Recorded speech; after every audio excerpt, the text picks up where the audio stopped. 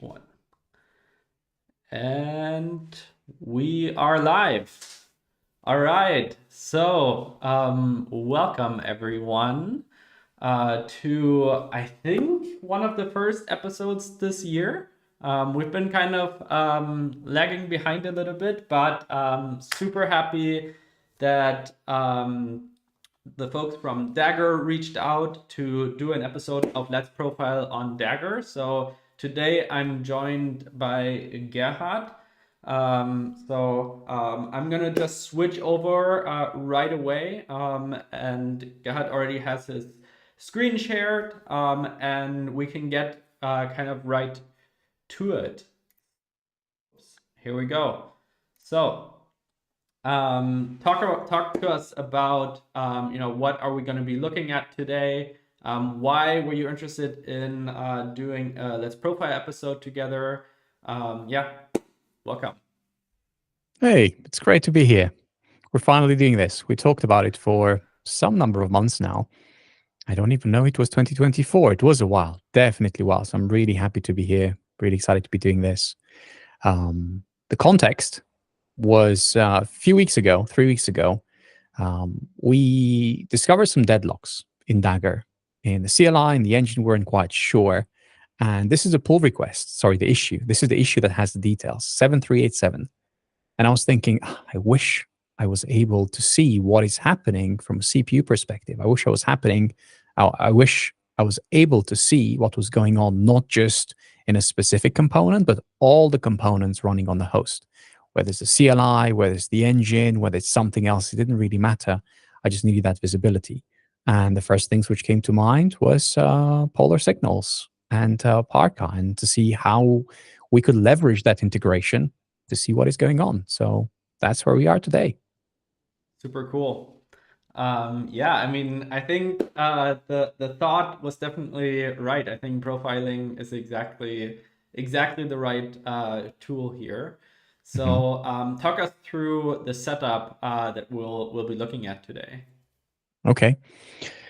So the setup, we actually wrote a blog post about that. And I say we, it was Matthias. He wrote a blog post about a week ago. It's finally out there, so it's very timely. So the setup is EKS, that is the Kubernetes cluster where we will be deploying everything. It's EKS 130, so Kubernetes 130. We have Carpenter running as well, which does like that on demand provisioning of runners of EC2 instances when there's demand, right, for jobs waiting to be queued. We're using GitHub Actions in this context. So GitHub Actions, there's the GitHub Actions runner controller, or ARC for short, and that's the one which is currently in I would say it does integration with GitHub, and it triggers the actual jobs. Argo CD is there just like to manage the entire thing, which is like the cluster itself is self-managed, which means that there's like nothing outside having to connect to it or anything like that. So it's all self-contained. And we have Dagger engines, quite a few. And the interesting thing about the Dagger engines is they are on demand. And what that means is that when there's a new version of Dagger available, automatically that becomes available as a GitHub runner, which means runs on. So that runs on, it's dynamically generated, so you can specify which version you want. And as soon as a new one is available, again, we can go into a bit more detail there. However, this blog post, I mean, if you go to Dagger.io blog, there's diagrams, there's snippets, there's even like a Dagger module of provisioning an EKS cluster. Again, thanks to Matthias, he did an amazing job putting all this together. So you get diagrams, you can dig deeper into how this works. The generator, I was mentioning this, which basically watches releases. There's a lot of detail here, so do take your time to go through that. So all of this is already provisioned and set up. We have a CI cluster dedicated for our CI jobs, and this is like just an experiment, so it's not the main one. This is like one setup on the side, and that's the context in which we've set up Polar Signals agent, right? That one command, the famous one command, which I love. And that was one of the last steps which I did before joining the stream.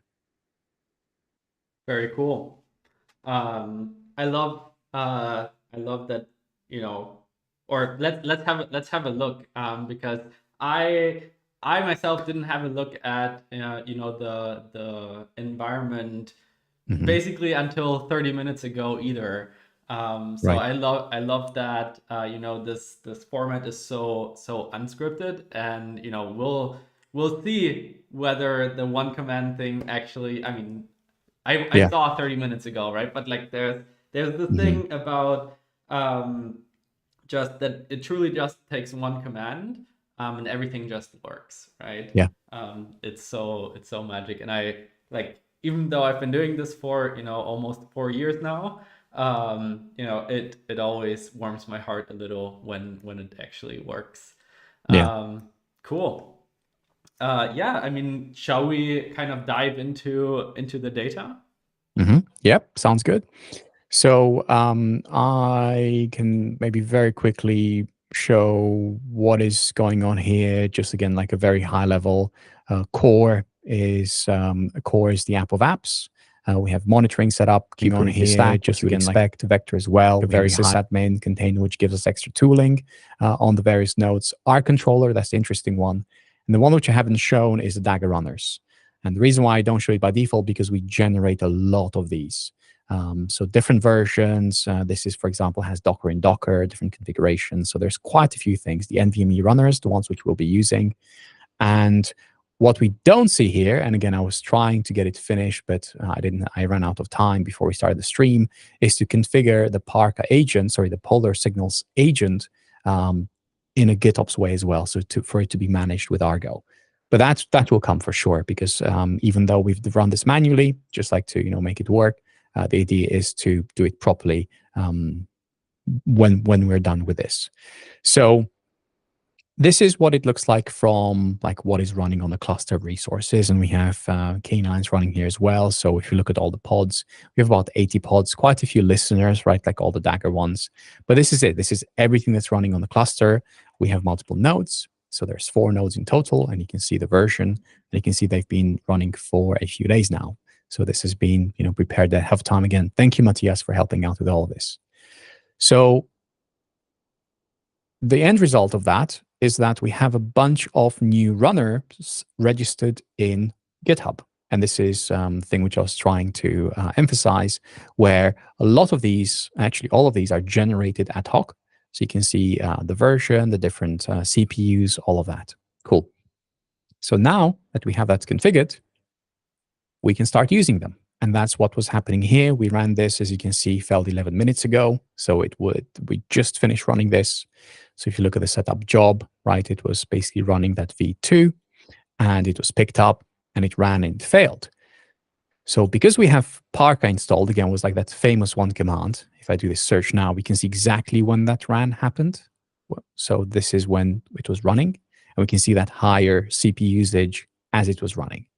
So what is the container, or what was using the most CPU? And if you click on this, we can see, I'm not sure if there's like a way to show this better, but you can see executable, use local bin Dagger engine.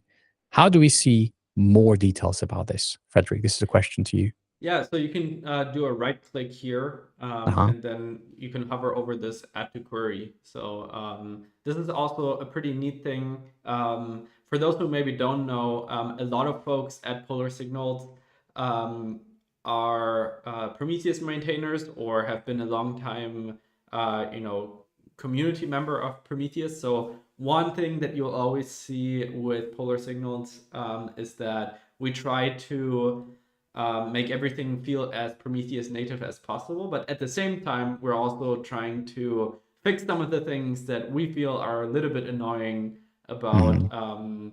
about Prometheus. And one of those things we've always felt is that the like metrics graphs themselves aren't explorable enough.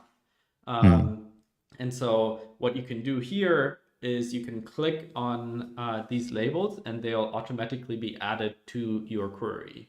Yep, there we Um, go. If I do and search. this Mhm. is actually it's pretty wild what we needed to do to make this possible.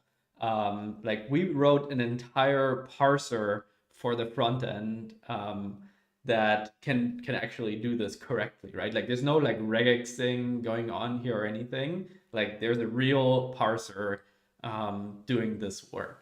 Mhm. It's really cool. Amazing. Well, thanks to all of that hard work, we can just right click, we could do the command, we could pick the command, and boom, we can see the CPU profiles for all the Dagger engines, because there are quite a few that started. Actually, if we come back here, it's all of these, and I think there were like a few more. But anyways, for the purpose of this, we'll just focus on these. And we can see that this one failed, but there were 1, 2, 3, 4, 5, 6 plus 6. So there were 6 running, and we should be able to see all of them here. This was the most interesting one. So how can we maybe figure out what was this engine doing as the pipeline was running? What do we get with this integration? So one, I think it's worth focusing in on just this particular engine. Hmm. And for that, I would again do a right click Yep. and find a label that is unique to this engine. That could Okay. be, at the very least, the process ID is always going to be unique, right? Or at least the process ID combination with its node. So you can Yep. definitely hit PID, and Yep. now we can see There we're you go. Just viewing the all one. the CPU time Hmm. just of this engine. And so if we scroll down now, Yep. we can see this is all the CPU time that was spent across this entire time. Hmm. So this can be interesting if we want to reduce all of the CPU time spent in total, right? I can Hmm. see like a couple of things jump out at me immediately. So one is um, garbage collection. Yep. If you hover over that one, about 30% of all CPU time here is spent in garbage collection, and Hmm. so that means there are a couple of things that we can do to improve that. It could be just removing memory allocations. It could be preventing the same allocations from happening multiple times, so like using a buffer that is being reused. Um, in general, what you can do is if you scroll up, Hmm. there's this function filter. Yep. Function. Sorry, filter by Yeah, function. filter Yes. by function. And you can type in runtime.malloc Runtime.malloc. Yep. and then hit enter. Hmm. And now we're searching for all the places Hmm. where allocations happen. Right. And so these could be, pieces that we may want to look at. Actually, I think this calls for really really cool functionality that we actually haven't talked about yet. It's fully implemented, but we Hmm. haven't actually talked about it yet. So once again, this happens on this live stream a lot, that Nice. we unpack very very new functionality. Sometimes still has a few rough edges, so we'll see if all of this works. But if you scroll up, there's Yep. this add panel button on the far right. Add Sorry if panel. you, Right yeah, there. Yep. Add panel. and you click table. Table. Yep. Ooh. And now if you do a double click on malloc GC, Double click on this one. yeah. So now, okay, there's a lot here. So if you scroll down a little bit, Yep. at some point malloc GC should be centered. Should be centered Yeah, so there. here. This is what we call the callers and callee view. Hmm. So what this means is what's above are all the functions, no matter where in the flame graph, all the functions that have called malloc GC, so that have Hmm. caused memory allocations to happen. And everything below is things that happen, in order to actually do the memory allocation. So in this case, the callees, not very interesting. But what is really interesting are all of the things that are happening above, right? So Hmm. all the callers of malloc GC. So we Okay. can see here a couple of things that jump out right away to me. There's Dagger. DagQL field something. This one. 11.32 seconds, right? Mhm. That would be something that we would want to look at. Mhm. Runtime dot slice byte to string. This is a classic one. This is whenever you turn a byte slice, like a raw byte slice, into a string. Mhm. The Go runtime copies that. And in many, many, many situations, do you not actually need a copy? These are all things that, these are good that we don't do these optimizations by default, but this kind of data is super helpful for us to inform where should we be applying an optimization, right? Mhm. Could you hover for a second over the root of the icicle graph? This one. Yeah, so here we can see, 2.7 minutes is the entire CPU time spent in memory allocations. Mm. And so there's kind of an additional hidden benefit to optimizing memory allocations. We would be removing or reducing the amount of CPU time spent in these functions. But then there's an added one where we don't have to spend cycles on garbage collection to actually clean up Yeah. memory allocations as well. Yeah. So memory allocations typically have higher return than just what we're seeing here. Okay. But the reason why I wanted us to hover over the root is now we can kind of get a better feeling of how much of a difference could each of these make, right? So DagQL with 11 seconds is already significant, right? Mhm. If you want to scroll up in the callers view, Yep. there may be Is there a way others. to filter these, for example, by a duration to see which one? So we were focusing on this one, or we talked about this one for a bit. We also talked about this one, runtime, slice byte to string.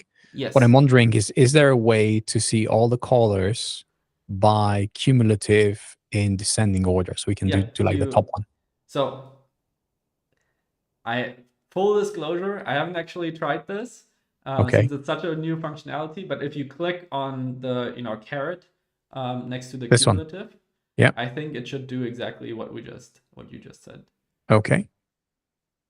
There you go. If you want to scroll down now again, so we I want to see scroll the. down and we see there Okay, so runtime okay, and now if we scroll up, 53 milliseconds, sorry, 52 milliseconds, 100. Yeah, they seem to be ordered to me. One. So we were talking about this one, and we were also talking no, about this there's a one. bug. There's a bug here. Is there? Something Okay. this doesn't look quite right. We may need to just double click one more time on malloc GC because the Double one that click we were looking at this one.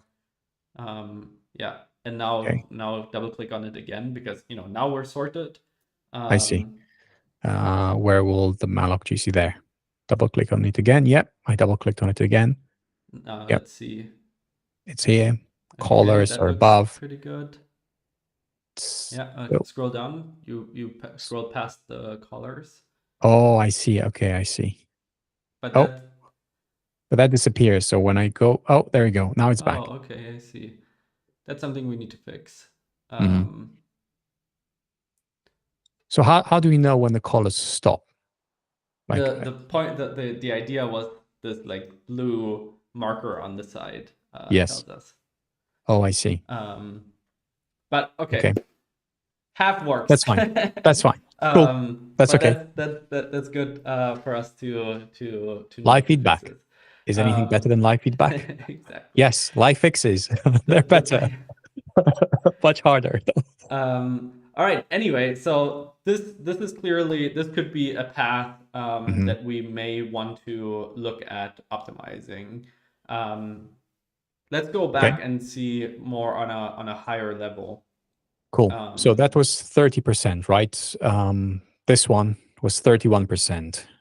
Plus this all one, the memory allocations that we saw, they still happen in all of the other 70% spread, yes. as well. Yeah. So this was 8 minutes.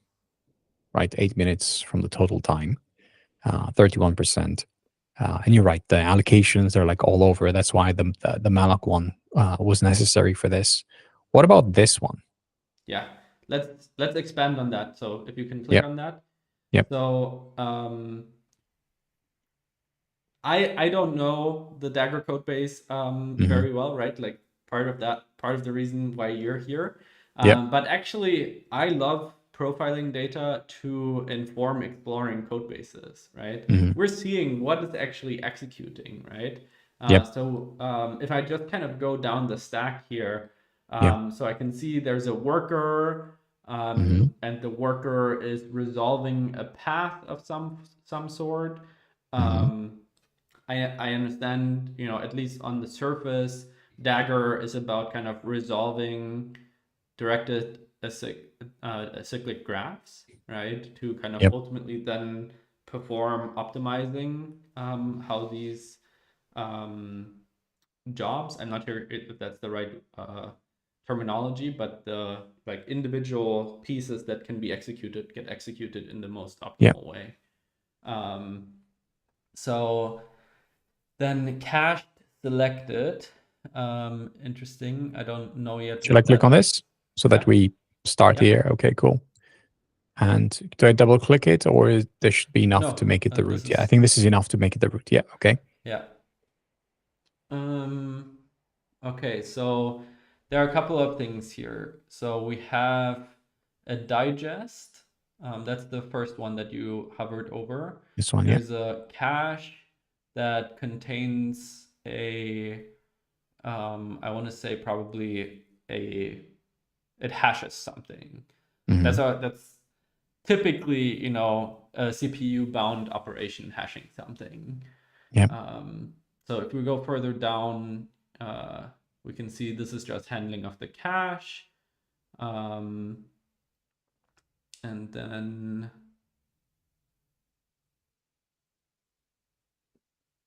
yeah, source as module. I don't know exactly what this is yet, but Yep. this is probably something Dagger specific. That's right. The I'm modules, guessing yes. these are cache misses, right? Because we're performing Yep. some work. So Mm-hmm. we're That's it. going down the path of some cache misses, and ultimately here we're doing code gen and runtime.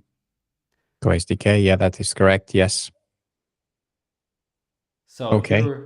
so we're now doing some expensive operation. So it's already good that we have a cache for this in the first place, right? It seems like if we didn't have this cache, it would be called many more times. Yeah. So yeah. Okay. Cool. I'm gonna say for the moment that there's probably not much to optimize here, since we already have a cache that prevents us from doing unnecessary work. Perhaps there are some memory allocations that could be optimized here, but I would say it's probably a good idea for now to keep going in these to look at the next big frames here to see what's happening there. So cache select 337 minutes in total from the total CPU time. That's 13%. Right. We were looking at 39 seconds. This one, ID4. Yeah, 23 seconds. Okay. Also ID4. Yeah. This one, instance, same ID4. Interesting, different. Go shape, append to, append. Yeah. Okay. Interesting. Okay. Marshal options, Marshal. Okay. And these are less interesting, I think. This is the other one, cache select. How is this cache select different? Module, yeah, that's fine, that's fine, that's fine. Okay.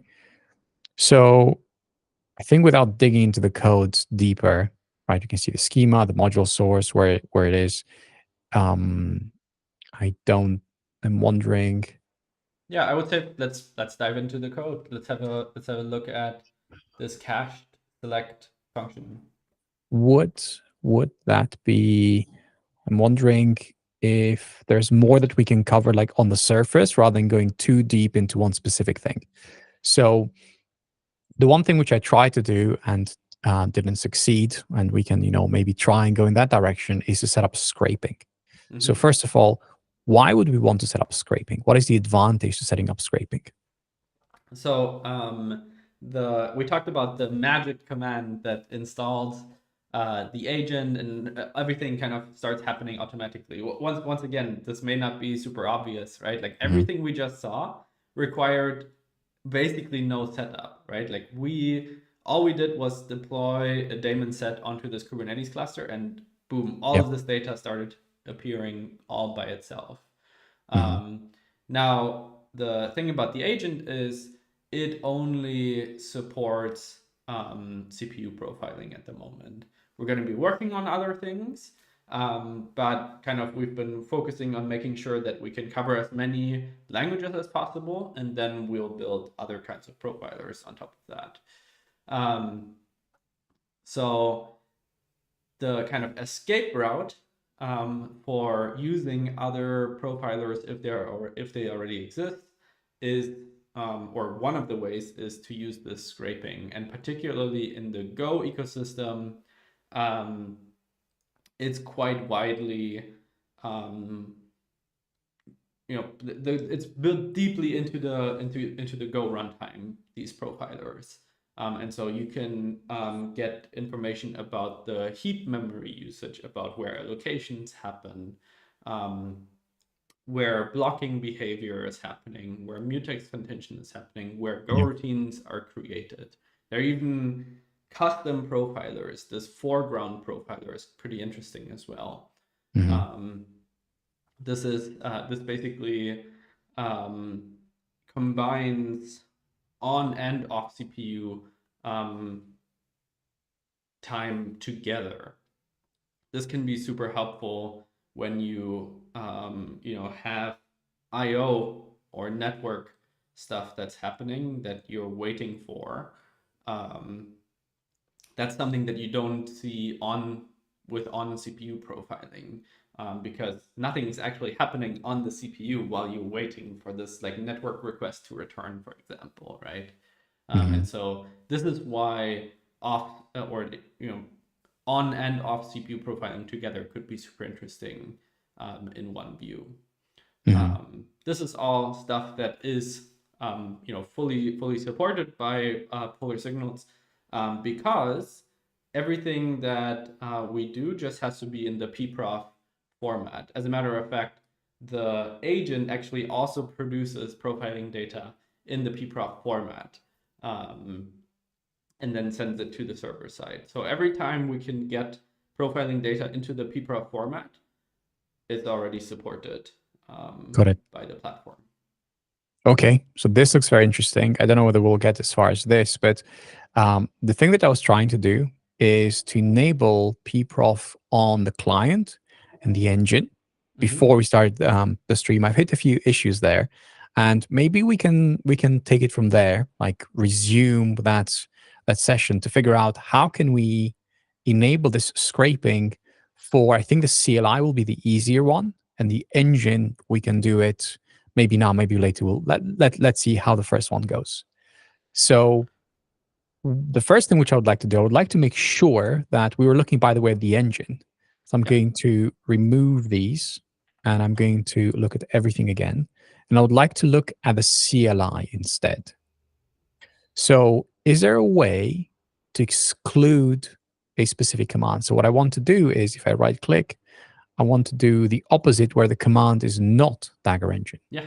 So again, exactly the same way as in Prometheus, you just do not equals exactly this way. Look at that. So Very um, nice. Cool.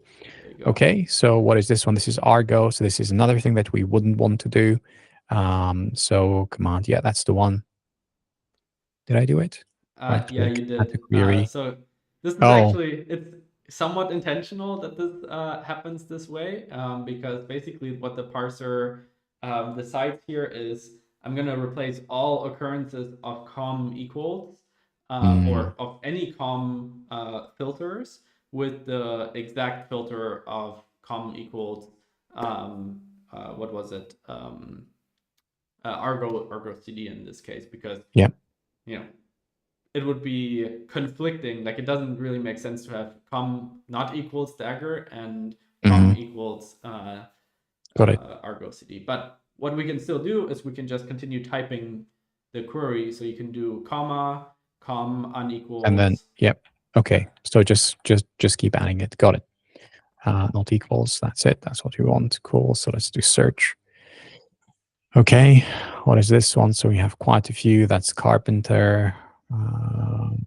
We do want the Dagger, but the problem is we want the CLI. So I'm not sure We what would be the could, so easiest way. the autocomplete might be helpful here as well. If you just do comma, com equals, and then, yeah, there you go. So now we Okay. can just kind of start. Ooh, I think that's exactly what we want.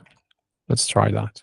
That's very helpful. No data found for the query. Try a different query. That's possible, right? But just in case, we've been doing this for a little bit over half an hour already. So yeah, let's do that. There we go. So this was Okay. probably the time Very nice. where this was actually running, right? Very nice. Cool. So we can see there that if I just take this one and if I maybe right click on it, just to be able to look at the labels. I really like this view, by the way. This is really good. We can see the command, container ID. I noticed this kernel, by the way. Is this version a problem? I mean, I'm very suspicious. No, this is fine. It's perfectly fine. Like this is Cool. an LTS kernel. Yeah. Yeah. So it won't be a problem. Cool. Yeah. Stripped true. I think we talked about this in the past. Yeah, we'll see if we scroll down whether this is a problem or not. Okay, cool. So how about we just take this PID and we focus on that just as we did before. Cool. So now we should be able to see the CPU time, right, for just this one process. And this is the one that was the busiest, which I'm pretty sure this will correspond to the engine, but we have like so that's how we reconcile that. Cool. What do we see here? IDTUI. Okay, very interesting. Very interesting. Okay, so I know that Alex will definitely want to dig into this. Cool. Or at least I will want to try and understand what is going on here. Cool. So we are able to see this, which means that we are able to get to the CLI. That's great. So how do we enable this on the CLI? So this is where the change that I was making earlier, I was mentioning about. This is the one. Let's make Dagger CLI start with pprof. So let's have a look at that. So let's go into these. We want this one for now, and we want the env. So to configure that, we're configuring the pprof env, which tells it where to bind. So before we go too far with this, what I would like to do is try running this locally, right? To show, I mean, you may not have Kubernetes, you have Dagger. So how do you get this? So locally, this is it. pprof equals, and you give it an address. I think this is an IPv4. If you don't provide it, I think it will just bind to all interfaces, IPv4 and IPv6. In this case, we're making it explicit IPv4. And that's it. That's the only environment variable needs to be present. Then Dagger call, and then you run whatever function or whatever. You have. So in this case, I'm running all the tests. This is the one that takes a while. So you can see that all of a sudden debug handlers listening, it's there. So this is how we would expect it to behave, regardless where it runs. So I have this running locally, right? So I can do this. And I can do, and by the way, for you to know what the various options are, and I'm just going to just keep that an eye to see if that's still running. I think we were here. This is command Dagger debug setup handlers. You can see here what the paths are, right? You can go straight into the code. So pprof, right? Quite a few events. Any thoughts on this? Anything that that looks good. Jumps at you? That looks exactly Everything the looks way good. that Cool. I would do it. So when we do the scraping, so when we configure the scraping, how do we configure it so that it knows where to scrape from? I think that is the next question. So again, if people are familiar with Prometheus, it's exactly the same way as Prometheus figures out what to scrape. And again, that is because we wanted to make this whole experience feel as familiar as possible. And for this particular thing, we actually literally reuse Prometheus code. for service discovery. Mm. And so the configuration is exactly the same, but for those who may not be familiar with Prometheus configuration and Prometheus discovery, basically Prometheus has a number of service discovery mechanisms deeply built into Prometheus. And one of those is Kubernetes, because it's a pretty popular combination of pieces of software to use together. And in this case, we use the pod discovery. And this default configuration can be a little extreme, because what this does is it discovers every pod in the Kubernetes cluster and starts scraping every port that has been defined on any of those pods, um, regardless of whether there is going to be profiling data available on those endpoints. And it will, on top of that, try to scrape all well-known profiling endpoints. So good news is all of the ones that you've listed, in the code there. Actually, if we can go back, there's one more thing that I would want to double check in your Mhm. code. You mean in here, or do you mean in how this gets You showed me exposed in here? yeah. Yeah. So one thing that actually, now that I think about it, does jump out a little bit, and I don't know, I can never remember what is included in the pprof.index. Mhm. Okay. Yeah, that's the one that we were looking at here. Debug pprof. Right. If I remember correctly, it actually also attempts to serve the different profiles, but not necessarily everything. Mhm. I can never remember. I always need to read the documentation on that So as we well. have logs. I mean allocations, right? That's I can see a correlation to what we're looking here. Allocations, right? I'm assuming that's what you would scrape, right? The Right. allocs. Then there was go routines. These were the extras. So these are very interesting. Heap, very interesting as well. And was there something else? Allocations, heap, blocking. Blocking, Right. I think this is slightly different, which I think it was a block there. Right. Is that it? That's the thing. So both block and mutex profiling, Yeah, you need to not just serve the endpoints. And we can see here, you didn't actually explicitly specify serving the mutex endpoint. But it's still being served by the index um, I see.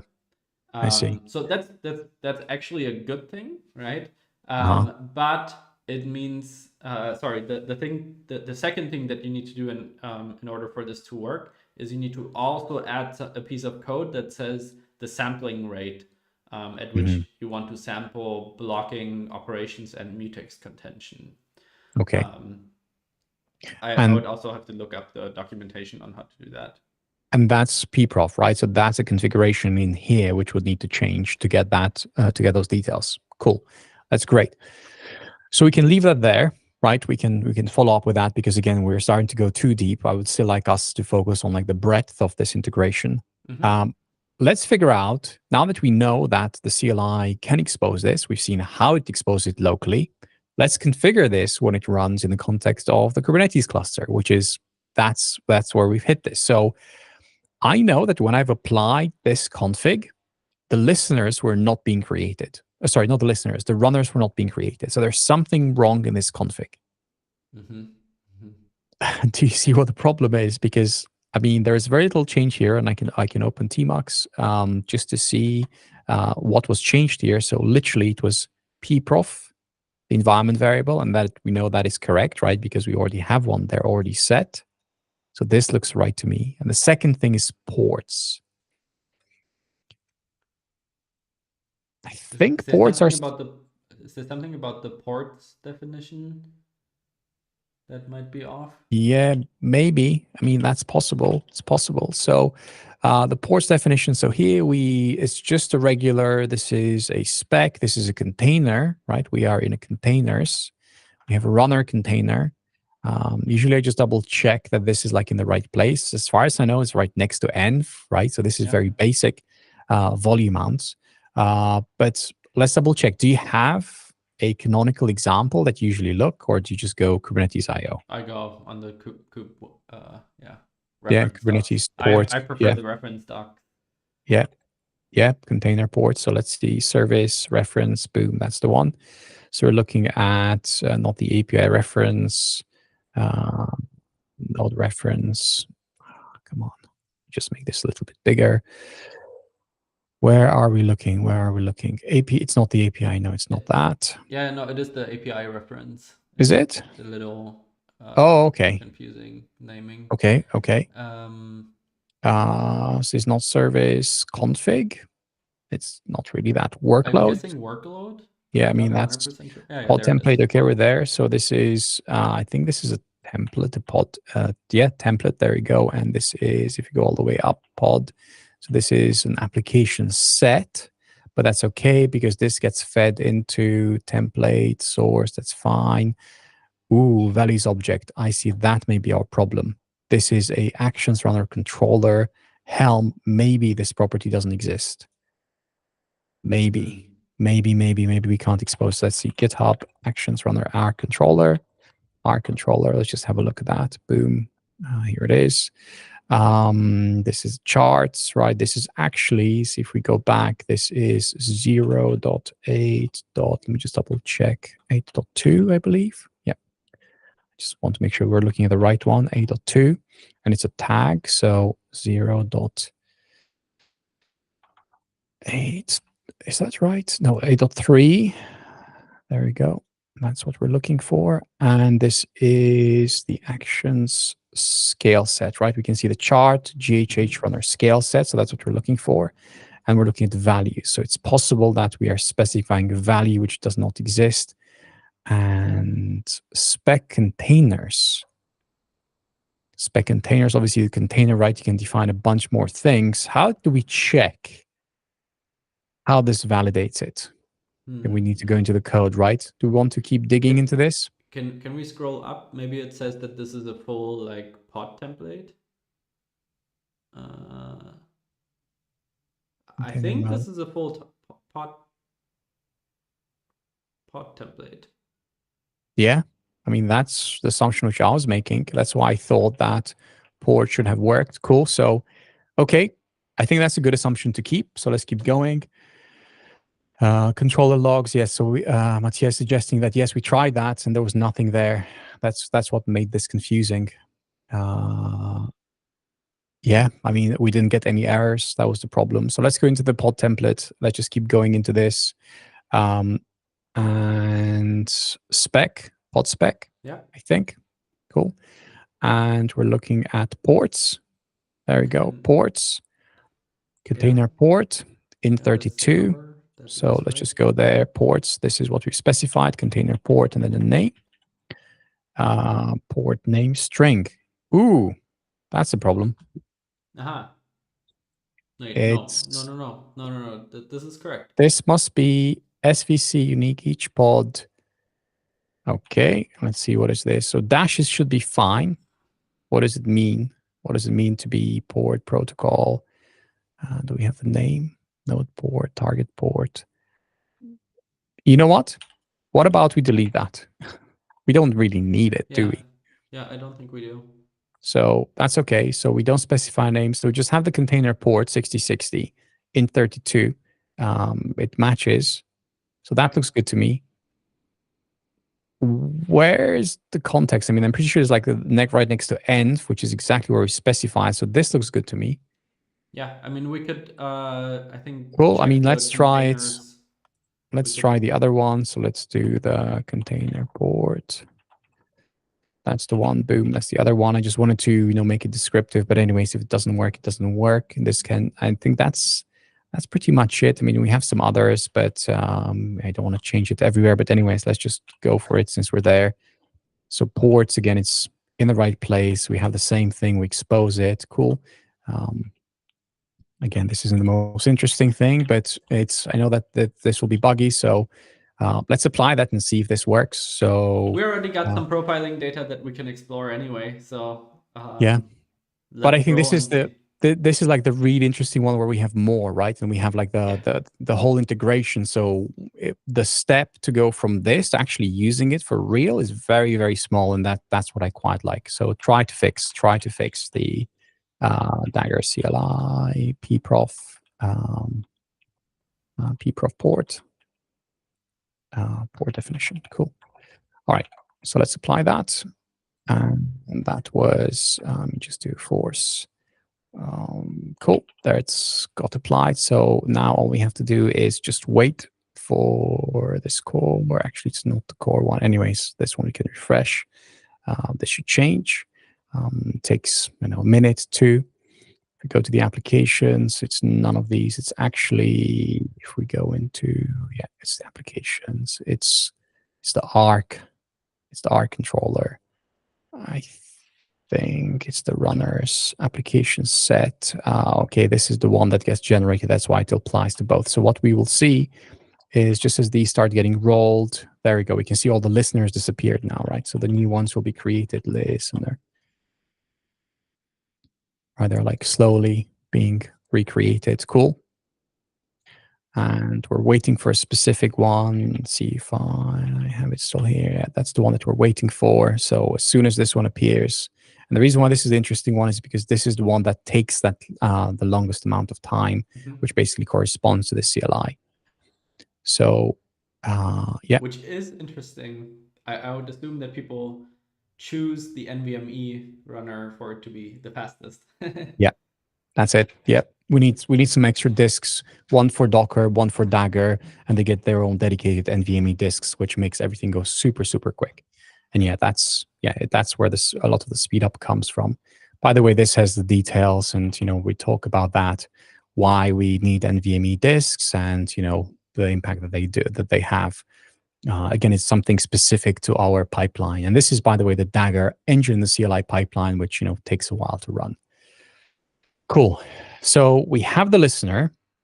So the listener is up. So what we would like to do is, if we rerun, where was it? This one right here. So this is the one that failed, right? So we can just do rerun the failed jobs, and there's just this one.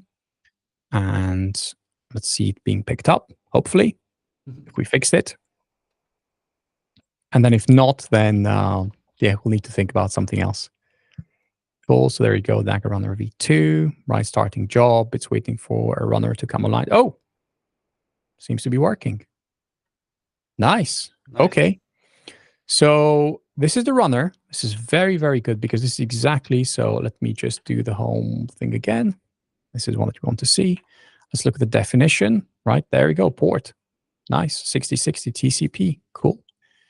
Okay, so we have the port running, and I think what I would like to do is just make sure that whatever runs in this port, in this pod, we can see the CLI starting with like the correct everything.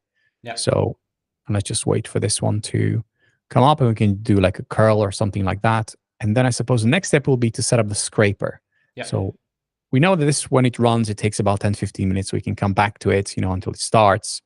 So is it just a matter of literally writing this file and applying it? Is that it? Should be. Okay.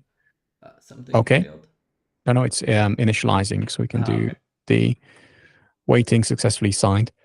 Those nodes, right? They come and then go. So it's just waiting for Carpenter to provision a node. And when that happens, there you go. It's initializing. So this is a freshly provisioned node. And we can do that by just going to nodes. And we can see that this was available for 37 seconds. Cool. Gotcha. Going back to pods, doing the filtering again, Okay. It's a bit slow. So let's see what's going on here. Maybe I was being a bit impatient. This seems to have, okay. Doesn't seem to be running. That's okay. It's not a problem. We'll fix it. Cool. So I'll just open a new session. Something going on with the session, not a problem. Cool. So let's do Control E. Let's do this. Oh, I see what happened. I broke canines. That's what happened. I was pasting this Oh. entire manifest. That's not gonna work. And now I can't do anything, so I just have to kill it. Cool. So I just keep opening a new one. So yeah, that was my bad. I didn't want to do that. Cool. No, I don't want to be there. I want to be in not there. Let me just open a new one. There we go. EKS, K9S, cool. Open it again. Control E, filter, and then this is what I wanted to paste. There you go. Cool. So this is the actual runner. Cool. So this is now it's already running. So let's jump into it and see what's going on. PSaux, cool. So we can see the Dagger call. It's already there. Cool. So if you do a curl, localhost 6060, debug, pprof, we should see something. Pprof. Move permanently. Look at that. / boom. That looks good to me. So Nice. we have that running on the CLI. Very nice. Cool. So now it's just a matter of applying the config, right? Mm-hmm. Cool. So I'm just going to put this file somewhere. Let me just call it right here. I will call it polar signals scraper. Boom. And now let me, it's this one. Cool. That's the contents of the file. Be nice to be able to get this from somewhere, just as you can do the agent, right? Like have like the API. That would be very nice. Yeah, we had this in the past, and and users were overwhelmed by choice I see. in the getting started, and so we intentionally removed it from there actually. But Mm. I think there's a point to be made about making it easier than this. Yeah. Nice. Cool. Okay. So namespace, sure, everything is there. Is there anything that we want to change before applying it? Actually, it's you already have this namespace, right? So you can probably remove the namespace object. That's kind of confusing that it's there. Okay. The rest should work just fine like this. I will say Cool. I'm forgetting if we've already fixed it or not. But we had a bug report recently for this for the scraper setup. I want to say we fixed it, so let's just roll with this. And if it's not fixed, then we'll fix it here. Okay. Modify this to your needs. Is there anything that we need to modify to our needs so that we don't? We can start with this.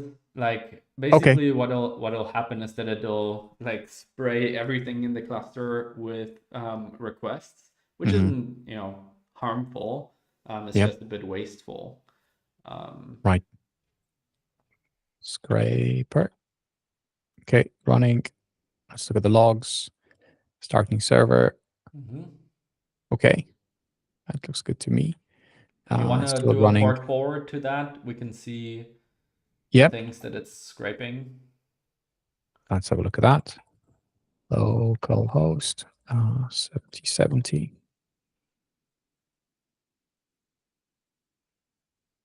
Okay. Close. You can click targets.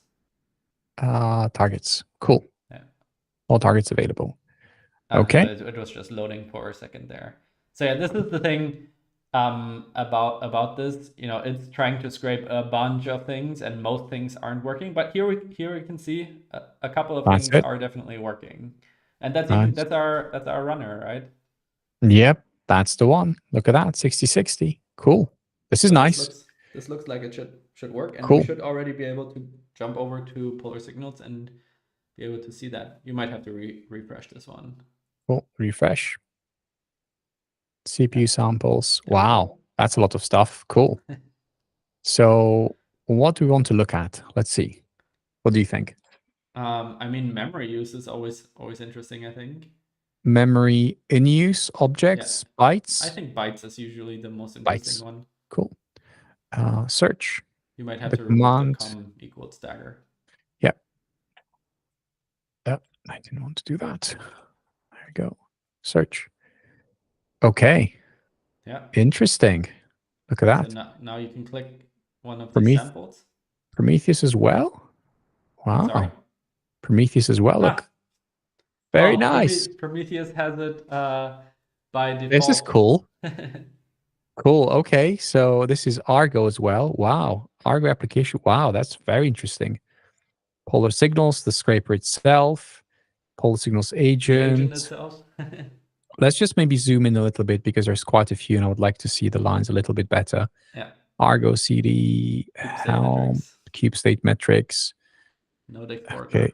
Yeah. Yeah, I mean, I'm not See, this is sure how. that's why we intentionally made this default configuration very wide. It'll Yeah, just find absolutely everything by yeah, default, right? And usually that's kind of how you want to start. You want to just have this kind of success moment, right? Where exactly what yeah. we're having right now, right? Like, awesome, I can see a bunch of stuff. Uh-huh. That's super useful. Okay, so Dagger runners, that's what I want. Like, let me filter the namespace. That's the one. Look at that. Look at that. Very interesting. Bytes. Cool. Okay. And if we, ooh, very interesting. Look at that. This is really cool. This is really cool. So we can see how much memory the various functions are allocating So the way to or read lines. this Mm-hmm. is the leaves are all, so wherever it says flat, right, and wherever flat is non-zero, so Mm-hmm. that will always be the leaves. Those are the code paths that allocated some memory that hasn't been freed.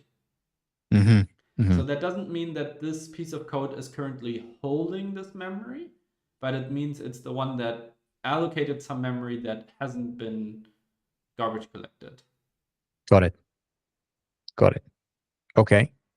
Okay. That's really cool. So, and we only see that like in these points, right? Whenever we look at a point, it's like snapshots like we would have with Prometheus, right? Very much so. Yeah, Rather it's than a flame graph as we had with before, right? So this is a different perspective. exactly. So we differentiate in delta versus non-delta profiles. So the CPU profiling data that we were looking at before, they describe all the things that happen in a time frame. So in the default configuration as we have it in this cluster, we look at 10-second periods. So the CPU profiling data describes what was the code that was executing basically in that 10-second period. Whereas memory profiling data, like you called it snapshots, it just snapshots that particular point in time. So it's a reflection of that point in time. It's Mm-hmm. not a reflection of what has happened over Yeah. some period of time. Got it. Got it. Which is Okay. also why we don't show something by default. So when you hit search with a non-delta profile, all you get is the metrics graph and you still have to select a sample. Yeah. With anything that's a delta profile, we merge all of the data across that entire time frame together into one flame graph. You can still click individual samples if there's like a CPU spike that you particularly want to understand. That can still be very useful for that. But just like merging snapshot memories of snapshot doesn't make sense, right? Like you would be Yeah. adding snapshots together and you would end up with like hundreds of gigabytes, which doesn't make sense, right? Yeah. That yeah. Yeah. It makes sense that it doesn't make sense. Yeah. If it makes sense. Cool. So in terms of memory usage, this doesn't look too worrying. I would love to see the engine one. And as I mentioned, that's a little bit more involved to set up. I don't know how much more time we have left. By the way, how much time do we have left? We can do up to another hour, but Okay. also up to you. Yeah, that sounds a little bit long. But what I would like to do is maybe here, right, while we have this integration with the CLI, I'm wondering what else we can see because we can, once we get the engine working, we can apply the same understanding or like the same principles to the engine too. So we looked at memory in use bytes. There's quite a few other things here. Yeah. This So one, the Go exactly. routines, looks very interesting. So I would like to click on that and click search. Okay. Okay, that's interesting. Can we maybe zoom out a little bit? By the way, when you do minus, I would expect you to zoom out. When you do plus, I would expect you to zoom in. It's the Interesting. exact opposite, right? We So replicated once again exactly what the Prometheus really query browser cool. does. Okay, maybe something to improve, because again, as you zoom into something, right, you get like a more detailed view, while when you zoom out, right, you get like a less coarse view. But I see anyways, what you mean. let's zoom in. Let's go to the last 30 seconds. We can see the go routines. This is very interesting. We had 50. So how do we look at that? How do we understand? I mean, is there anything more to see in terms of what go routines we have or things like that? This is interesting. You might need to click another sample. I'm not sure why this happened right now. Okay, let's click this one. Ah, There we go. yes. Okay, maybe this is like one of the earlier ones and Yeah, didn't have not enough sure. details. Okay, cool. So the way to read this is these are the stacks that created a Go routine that hasn't ended yet. Hmm. So this can be really interesting. Actually, funnily enough, to like one of the most common ways to create a memory leak in Go is to Hmm. have Go like an infinite amount of Go routines that are being spawned, because each Go routine sets up its own stack, which I believe starts at 32 kilobytes, and then can grow to be fairly large.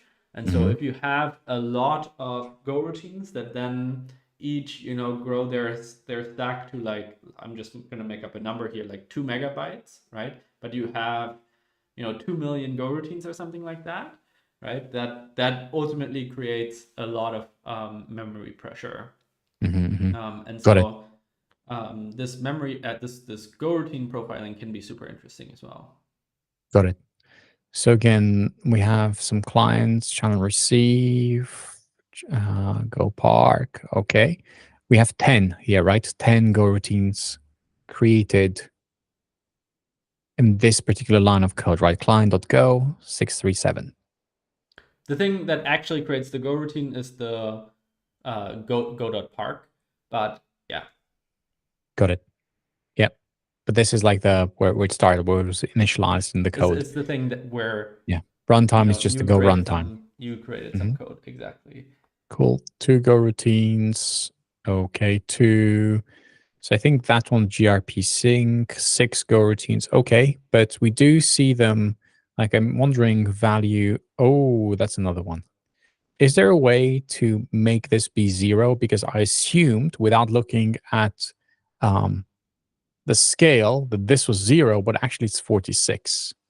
So the difference is much smaller. Yeah, yeah. I mean, it's something that we can think about. Okay. I think it's kind of like a two-edged sword, right? Hmm. It can be super useful, but it can also be um, deceiving in the same way as this view Yeah. can be.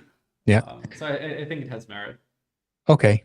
As long as there's like a way, right, to be able to specify this, understand why you can like see the differences, the small differences a lot clearer, right? Yeah. Because in this case, the difference is really we're talking 4 go routines where are generating between 50 and 46, right? 50 is the peak and 46 is the lowest amount. Let me just do search again. And I think, yeah, that's the case. And then we end with 48. So the variance is very, very small.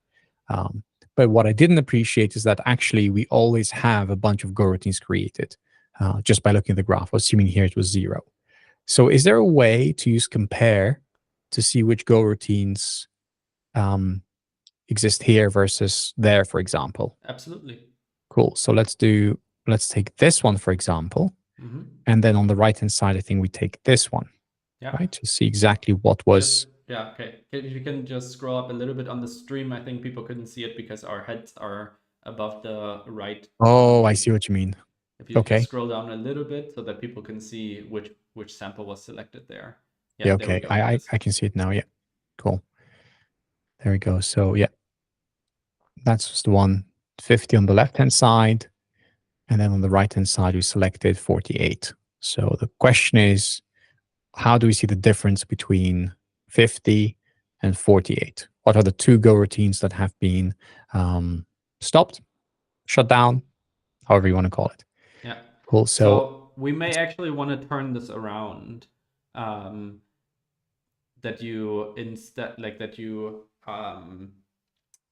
in the on the first selection choose the low point and the high point on the right hand side. okay. This is because essentially the way that this comparison works Hmm. is we always render the flame graph of the right selection, but color coded based on the comparison of the values to the left selection. And Got so it. that's why this can be more helpful, because if there's more, we want to see that we want to make sure we definitely see the stacks that may be new, right? That may be Got it. net new. And it's these 2 which are new, right? So those two, so that one is it's just one Go routine, and that one actually terminated, Mm-hmm. which is also interesting to know, right? So Mm-hmm. this one went from 1 to 0, Mm-hmm. and now if you go to the left, there's a red colored one. So This one. this one we see plus infinity. That means Mm-hmm. this Go routine was not running in the lower selection. Okay, so like on the left-hand side. This is not running on the left-hand side. Exactly. I see. Okay. So so I understand. So the difference actually the difference of 2 includes this one, which is new. So actually 3 stopped and a new one started. So Exactly. the total Yeah. difference is 2, but actually there were like Mm-hmm. 4 Go routines, 3 that stopped and then 1 Exactly. that started. That makes sense. That's very cool. Cool. So we have this one, the telemetry one. We have OTLP log, HTTP. Yes. Very nice. And this one, do request. Very cool. Very, very cool. Very useful. Okay, cool. So again, we don't have like a large number. So this again looks like negligible. Like a few Go routines, This I wouldn't even totally look into it. Cool. seems totally fine. Typically, the kind of graph that looks worrisome here is one that just continuously grows Yeah. infinitely, right? Where you Those have a Go leaky Go routine. routines that you mentioned. Yeah, the leaky ones that you Yeah. mentioned. Cool. Okay. Anything else that we would like to look at from that integration that we've set up earlier? The So scraping one. I think the only other one that can be interesting here, I would close the compare view, but we could Uh-huh. have a look at where memory allocations are happening as well. By closing the compare view, you mean click on search? There's like a no, you click the X on one of the two halves. Oh, I see. Okay. Yeah. Got it. And now in the profile type, you can select Yep. Got it. memory allocated bytes total. Okay. Cool. So Search. here to read the metrics graph correctly, this is the total memory allocated throughout the entire lifetime of the process. So Mm-hmm. it's natural that this only goes up as the lifetime of the process, Mm-hmm. gets longer. Got it. Um, there are a couple of ways to look at this data. I typically start with looking at the very last sample that I have, because it's a reflection of all the allocations that have happened throughout the entire lifetime of my process. All right. So if you So click that one, this one, the yeah, top right. Yeah. Okay. Cool. exactly. This is a lot of data, Mm, but here, if you remember the CPU profiling data we were looking at, this actually looks quite similar, and that yeah. tells me that a decent chunk of CPU time is definitely being spent in memory allocations. Got it. And here, what we would probably want to do is kind of expand these and go further down. Mm-hmm. Like we So basically want to look at the leaves. is it this one, or would you like me to go higher or lower? So there are a couple of things to note here. We can see that the flat values are non-zero, right? So that means that this function itself is already incurring some allocations.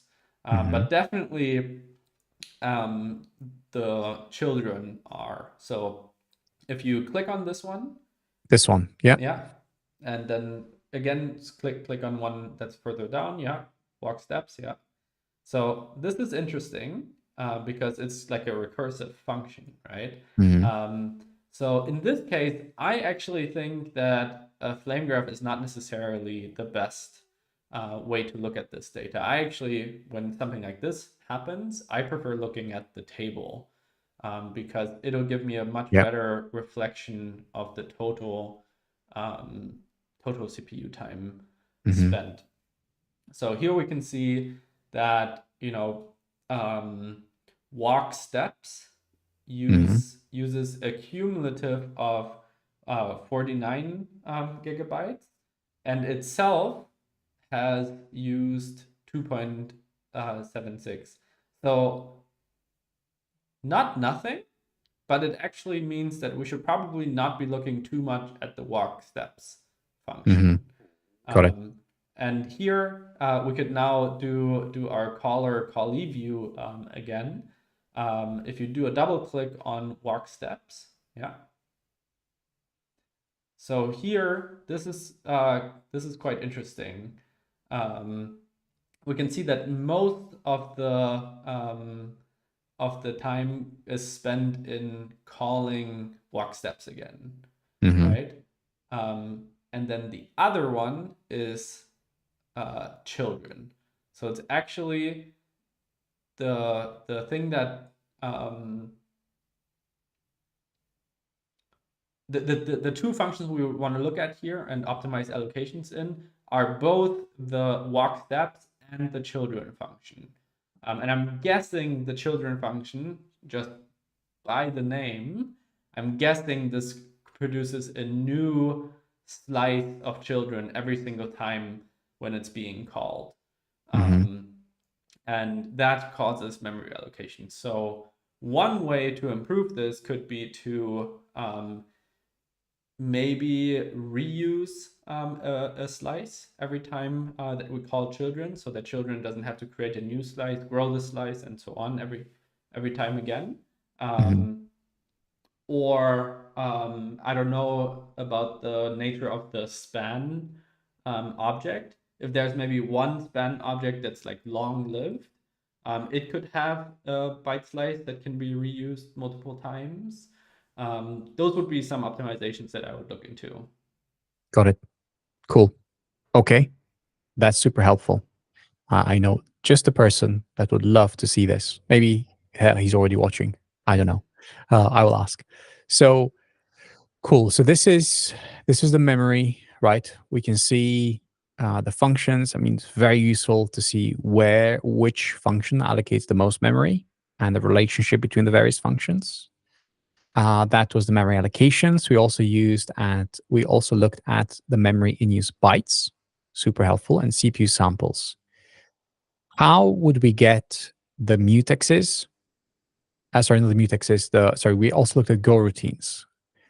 And if I look at scraping, we haven't seen the mutex contention and we haven't seen blocking. Right. This is what How I do we get that? was talking about earlier. There are two configurations, like one for each of these types of profiling, Hmm. where you need to configure the like sampling rate, basically, Hmm. um, of like how often should the Go runtime introspect itself to determine whether there is blocking behavior or not. And the reason why this isn't on by default is because it can actually incur larger overhead than you might want if you do the wrong Hmm. configuration. Okay. I will say we do enable it across the board with a relatively low sampling frequency, because the longer you collect all of this data, the Hmm. higher the statistical significance gets. And so if you just dial down the sampling rate very far, it actually becomes very negligible in terms of overhead, but you still get useful data out of it Yeah, over time. got it. So you said that you enable it. Do you mean that you enable it in some of your tooling? Can we see some code how you do that, how you enable it? First question, related question, because this scrapes everything. Could we maybe look at the Parka agent or the Polar Signals agent or some sort of, like if I remove this namespace and if I look at, I don't know, maybe Go routines, is there something here? I mean, obviously this is the Polar Signals scraper, for example. Does that have something enabled? Like how do we basically find something that has it enabled? And then how do we find the code which shows how to enable that, including that not scraping, that's not scraping interval, the sampling interval that you mentioned. Because if you sample too much, I think you'll get like an overhead penalty or a significant overhead penalty.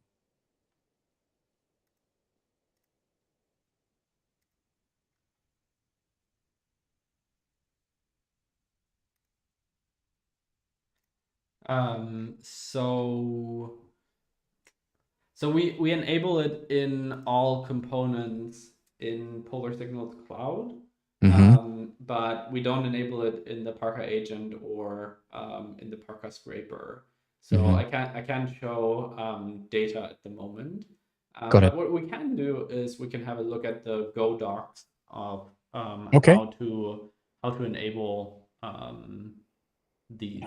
They're So both you're functions. scraping there, boom, pprof. Are we in the right place? Functions. I can never remember if it might be in the runtime package, but we can just go through. Yeah, no, I don't think this is the right one. Okay. So we're gonna want to check out either the runtime / pprof or the runtime package. Okay. So it won't be here. Okay. Runtime, pprof. We want to configure. What do we want to configure? It's like set mutex sampling rate or something like that. Okay. Set mutex, pprof package, runtime pprof. We can start there. Functions. Start CPU. No, these are not the right ones. Then it must be on the runtime package. The runtime package. Runtime, so it's not pprof. Yeah, Okay. That's the one. So okay. Here it should be somewhere. Go routine profile. Go scheduler. No, that's not it. Mutex profile. Like, so we're in the right vicinity. Here, set mutex profile fraction.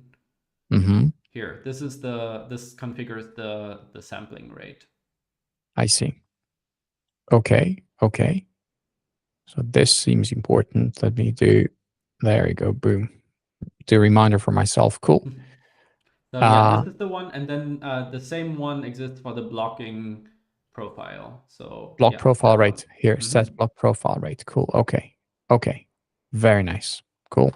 Look at that. Another reminder. Great. I have my reminders. Cool. And the cool thing is, what we actually did see in the scraper earlier on the targets page was that we are already scraping these endpoints. And so there's no additional configuration that you're going to need to do. As soon as the profiling data actually contains data, actually what happens at the moment is just empty profiling data is being produced. And the scraper just says, hold on, I'm not going to send any of this because, it's empty data. Yep. And so, long story short, once you configure this, the blocking and mutex profiling data is automatically going to show up. Yep. Got it. Okay. Question. And I think, just going to double check something. I think I'll need to start wrapping up. Yes, I will need to start wrapping up shortly in about 10 minutes, 5-10 minutes. I'm trying to figure out follow-ups for me, but also maybe for follow-ups for us. For me, the most interesting thing would be to obviously configure the engine and get the same perspective on the engine, including the mutex contention and the blocking, right? Based on what we've seen, that's the thread. I will keep pulling on it. What about, so right now we are integrated with the Polar Signals Cloud. how do we see how much data we are generating, right? How much data we're sending to Polar Signals Cloud? Is there a way to do that? Yeah, that's super easy. So you can just click your organization. So that's the first one in this. Yep. And then you click settings. Yep. And here it tells you exactly how much data you've Very produced nice.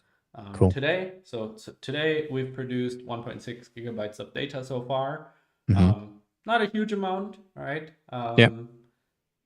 So yeah, this is how Super useful. you know Super useful. Cool. Okay.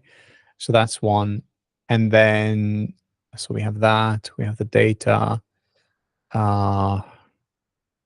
Do you have something? While I think, it will give me a bit of time to think.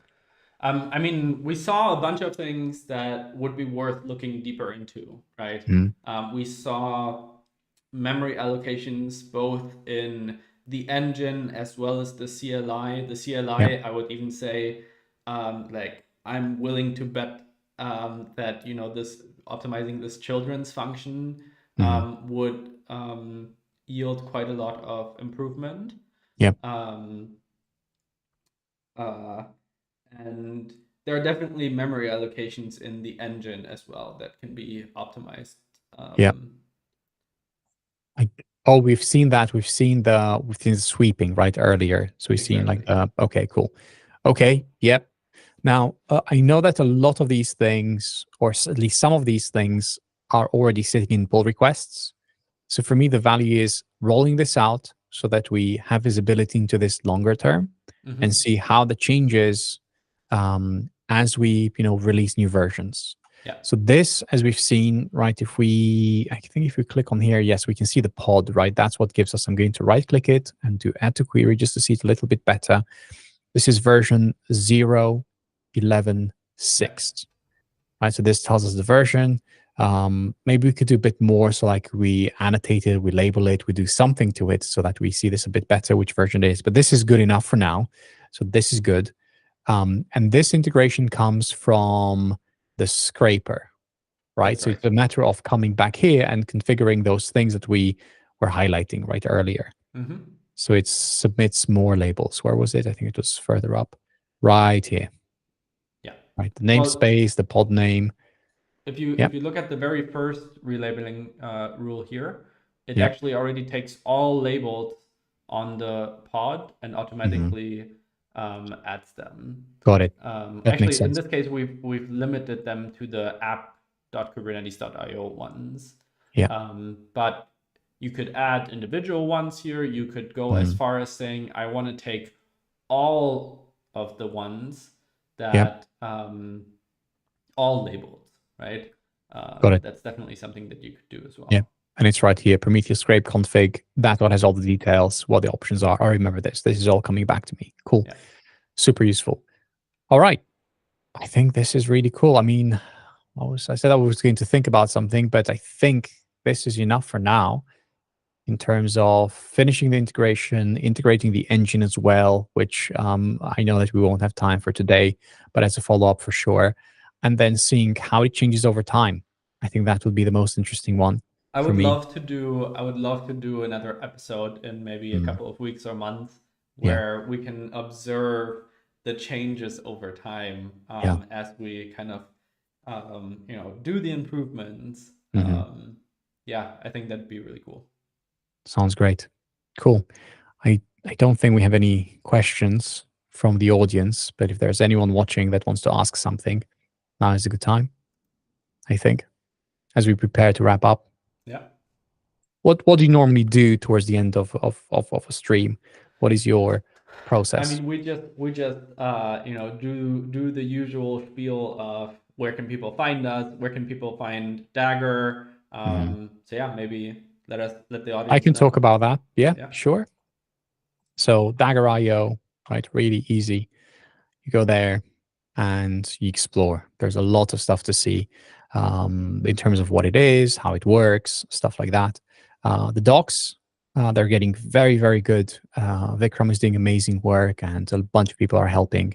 So there's a lot of stuff that you can learn here about whether you're a developer, administrator, different entry points. The quick start, I think the quick start is really good, which explains how to start using Dagger. and it takes you all the way from installing it. There's an example application, running unit tests, building the application, all of that. The Dagger code base and the Dagger CI itself, I think it's interesting. So that's the one which I would recommend to check out. CI is where you go to see how everything is wired together. And I mean, you're seeing me running it locally here, but for example, I was showing you a Dagger call, right? So I'm basically using Dagger itself to call a function, test all in this case in the context of Dagger. But what I could do instead is do functions, and this will let me discover what is available, what is exposed in Dagger itself. So if you're familiar with maybe make files, right, to see what the targets are, this is an approximation to that. And all of these, some of these are basically higher level entry points, right? So you can do functions and you can do engine, and you'll see what functions there are in the engines. It's like a namespace almost. So there's quite a few things there. You'll have fun with this. And by the way, you don't have to do anything other than download the repo, install the CLI, and start playing with this, just as I'm doing now. The only requirement is that you are able to connect to Docker, because automatically the CLI will provision the engine in Docker. That's the only requirement. Cool. And all of this can also be run against a external engine? Yes. So actually, let me show you. I do D on H22. This is what I do. So I'm on a Mac, but my Docker is running on a host. I'm SSHing into it, so I'm not exposing the Docker port. And what I would recommend is to go into the docs, and I'm going to search, I think it's called external, I forget the exact name. It's host access, host services access, not that one, developer, host resources. I forget where this was. This changed a couple of times. Connect from your local development host. That's the Dagger Cloud. That's something else. I think it's the administrator manual. Let me just very quickly go through that. Custom runner. I think it's in the custom runner. Yeah, this is it. So using a custom runner. So you have different protocols that you can use, configuration, privileged executions. This is what I was looking for, right? So you were seeing me, I was using a Docker host, which will still use Docker itself, which is the equivalent of using a Docker container, sorry, a Docker image, right? Because automatically pulls down the image and whatever. But what you could do, you can maybe have Podman. And if you have Podman, this is how you can do experimental Dagger runner host, and it will use a already provisioned Podman container. Or you can use a kube pod directly if you have kubectl. It does like the forwarding, all of that.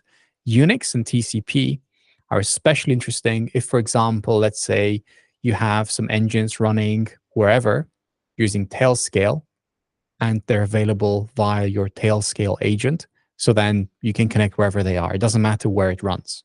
So there's a bunch of ways that you can do this. So yes. Very cool. Cool. Very cool. Exciting. Where can people find Dagger on social media? Well, if you go here, Dagger GitHub, Dagger Discord, that is the place to go for sure. And if you go to Dagger IO, again, that is the Dagger Cloud. We haven't even talked about that, but we can very quickly. There we go on X, formerly Twitter.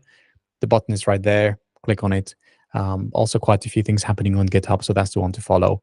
If I was to show Dagger Cloud really, really quickly, by the way, my runs, I don't think I have the token enabled, but let's see if I have a function here or something that exposes Dagger Cloud token. Oh, look at that. This is nice. So I'll do a Dagger Cloud token. That will, let me authorize, boom. That will basically connect my Dagger CLI to the Dagger Cloud. And then look what happens when I run this again. So I'm still running functions, right? This is a very quick call. I'm looking at all the traces. Yep, I'm in the right place. So let me just refresh this. I actually want local, and boom, I just ran that. So local, this refreshed for me. Let me click on this. This was Sam Helder. It wasn't me. Functions. This was me. I'm not sure why it appears as Sam, but this is now, right? This was me running it Yeah, right now. Yeah, that was it. So if I click on this, traces, it basically exposes whatever was happening locally to Dagger Cloud. There's not a lot to see here, but if I was to, for example, run the tests, which was, let me just do test all. That's what I want. This is local. Let me come back. Boom. I should start seeing traces coming up here. There we go. So see, it automatically refreshes. And again, it's not Sam. Promise, it's me. Default test all. So this is because you can see the path, right? Gerhard is right there. So that's how I know. You can see the version. And this will basically stream whatever's happening in the engine. So you can get this like really nice view of what's happening at a very, very deep level, right? So this here all, right, what's running. I can keep going, Python SDK, all the stuff. There's a lot of stuff going on here. Basically, this will give me a very detailed view in the pipeline running the actual DAG, right? So you can I see. love this that this is an actual trace Oh on yeah, the. oh yeah. This is an actual trace. Yeah, all of it. And there's a lot of data being pumped here. So that's why sometimes maybe some of the parts need to be still optimized when it comes to memory. But a lot of data is, when you do this connection, a lot of data is being sent, generated, formatted, sent. Yeah. This is cool. Probably not a topic for a No, Let's no, profile, no, but no. I'd You love to asked, so I showed. optimize. I'd love to optimize the server side of this as well. I imagine there's quite a bunch of stuff happening there as well. Yeah, for sure. Very cool. All right, All I right. guess it's time to wrap up then. So yeah, you saw where you can find Dagger. Mm-hmm. Polar Signals you can also find on X and or formerly Twitter at polarsignals.io. Sorry, at polarsignals.io. Please do subscribe to these live streams so that you get a notification every time that we do schedule a new live stream, hopefully another session with Dagger in the future. And yeah, check us out on GitHub as well. We're just Polar Signals on GitHub. And yeah, have a wonderful weekend, everyone. Thank you all. This was Thank you for great. joining me. And thank you, Frederick. This was amazing. See you next time.